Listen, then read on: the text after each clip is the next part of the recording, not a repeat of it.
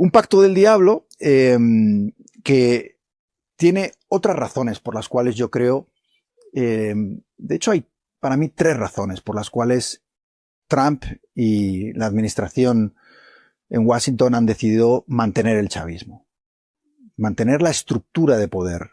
De hecho, los militares siguen siendo los mismos, etc. Y yo creo que una de ellas es claramente la experiencia de lo que ha pasado en los últimos conflictos, donde Estados Unidos ha derrocado a los líderes, por ejemplo en Irak con Saddam Hussein o en Afganistán con los talibán, y la experiencia que supuso, traumática para Estados Unidos, porque miles de soldados estadounidenses murieron, la experiencia traumática de haber derrocado regímenes dictatoriales, haber desmantelado la estructura del poder y del Estado y del ejército, y que eso se convirtiera en un absoluto caos que no querían ver en Venezuela.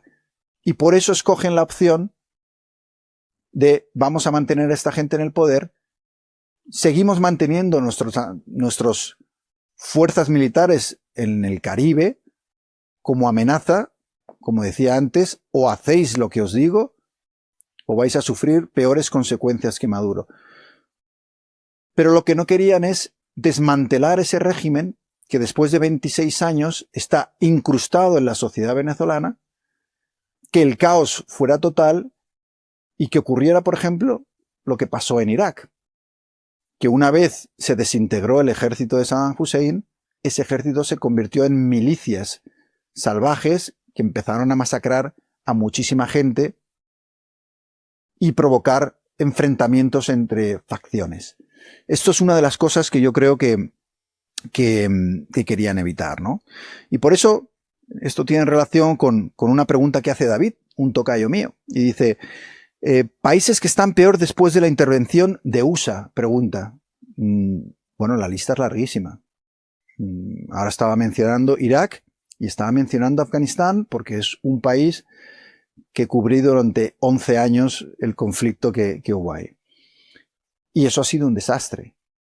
Después de 20 años gastándose miles de millones, perdiendo miles de soldados, tratando de reconstruir ese país y convertirlo en una democracia, Afganistán vuelve a estar en manos de los talibán, las niñas no pueden ir a la escuela, y todos los objetivos que se propuso Estados Unidos con aquella intervención han fracasado.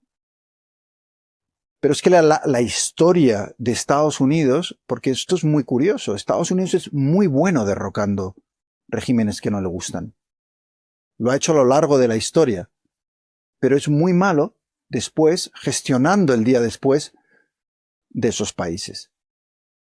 En mi experiencia, lo que yo he visto sobre el terreno, por ejemplo en Afganistán, es que hay muchísima ignorancia sobre los países conquistados o invadidos.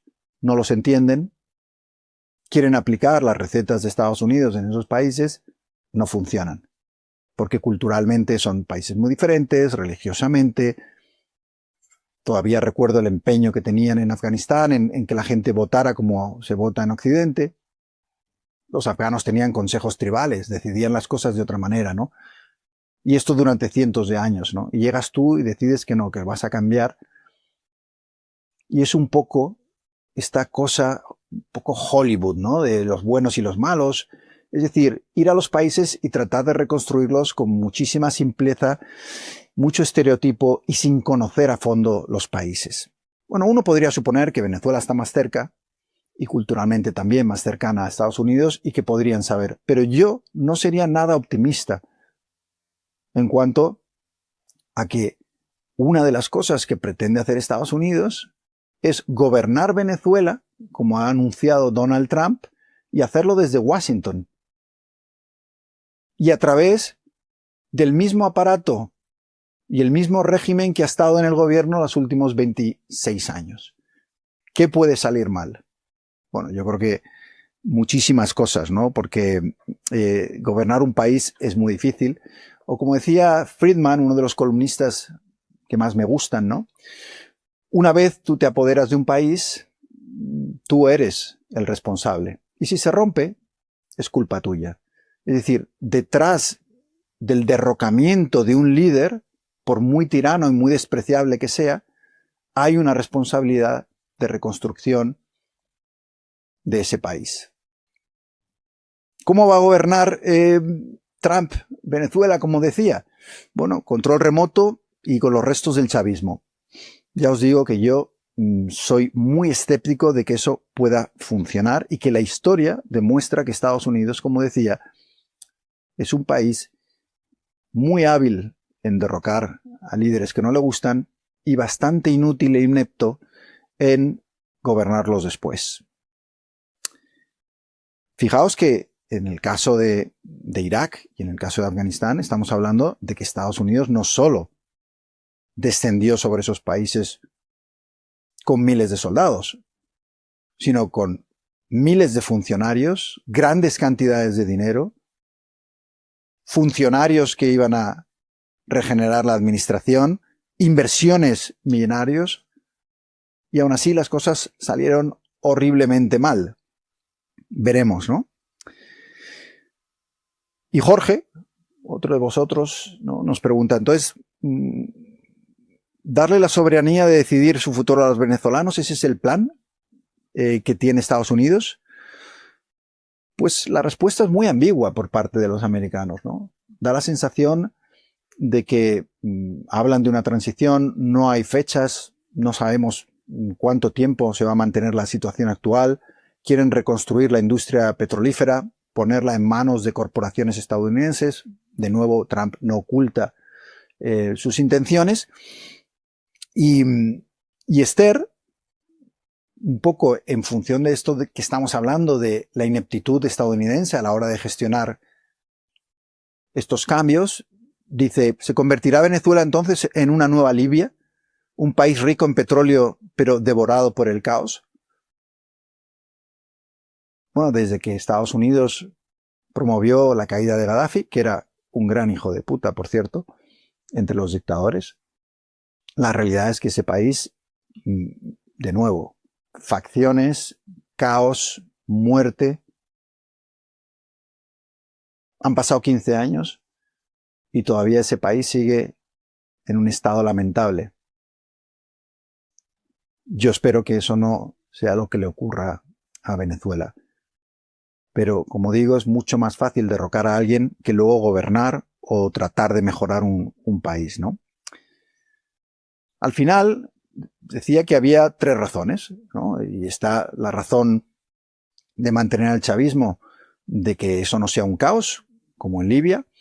Está la razón puramente económica de, bueno, vamos a hacer negocios con estos y si hacen lo que nosotros les decimos, pues nos interesa porque nos ahorramos muchos problemas de cambiarlo todo y ya veremos más adelante si hacemos elecciones y si damos el poder a la oposición o no.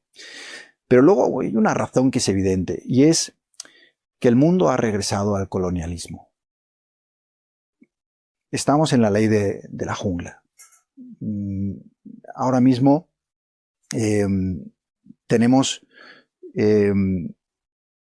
unas políticas o un orden mundial en el que, como decía antes, el grande se come al pequeño. Y ya en diciembre, Estados Unidos, en un documento de 33 páginas, donde establecía sus prioridades en política exterior, dejaba muy claras cuáles son sus intenciones. Y son intenciones imperiales.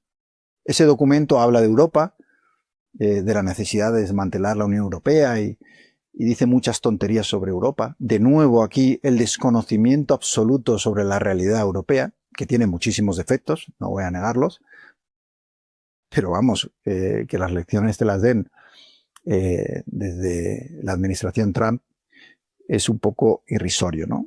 Pero en ese documento de 33 páginas había una parte dedicada a Latinoamérica que es muy interesante, donde lo que se habla es de recuperar la doctrina Monroe, que es algo que hace referencia al presidente James Monroe de 1817-1825 y que básicamente es la aplicación más estricta de oponerse a cualquier intromisión europea en Latinoamérica y de que Estados Unidos sea el principal poder en el continente americano. Y ese es claramente uno de los objetivos desde el primer día en el que Trump llegó al segundo mandato de su presidencia.